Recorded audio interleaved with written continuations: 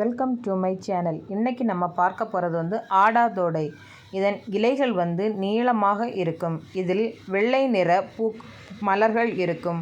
இது வேலி செடியை வளர்ப்பார்கள். வறண்ட நிலத்திலும் வளரும் தன்மை கொண்டது இது கசப்பு சுவை நிறைந்த செடி. இதன் இலைகள், பட்டை, வேர் என எல்லாமே மருந்தாக பயன்படும். இது நெஞ்சுச்சளி, காய்ச்சல், நுரையீரல் பிரச்சனைகள், இளைப்பு, ஆஸ்துமா, ஜுரம் போன்ற நோய்கள் தீரும்.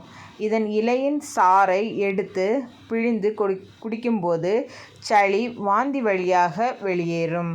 இதன் இலைகளை நீரில் கொதிக்க வைத்து வடிகட்டி சம அளவு தேன் கலந்து குடித்தால் ஆஸ்துமா, இருமல் போன்ற நோய்கள் தீரும். இதன் இலைகளை நிழலில் உலர்த்தி அதன் இலையின் புகையை பிடித்தால் ஆஸ்துமா குணமாகும். இதன் இலைகளின் சாறை எடுத்து ஆடாதோடை மணப்பாகு செய்து தினமும் இருவேளை குடித்து வந்தால் நாள்பட்ட சளி, இருமல் போன்ற நோய்கள் தீரும். ஆடாதோடை லேகியம் செய்து அதை நெல்லிக்காய் அளவு சாப்பிட்டு வர சயம், இருமல், இழுப்பு, குத்திருமல், பீடை, வாய்வு, மந்தம், இரத்த பித்தம் போன்ற நோய்கள் தீரும்.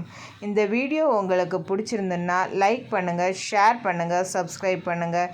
மீண்டும் இன்னொரு வீடியோவுடன் உங்களை சந்திக்கிறேன். நன்றி, வணக்கம்.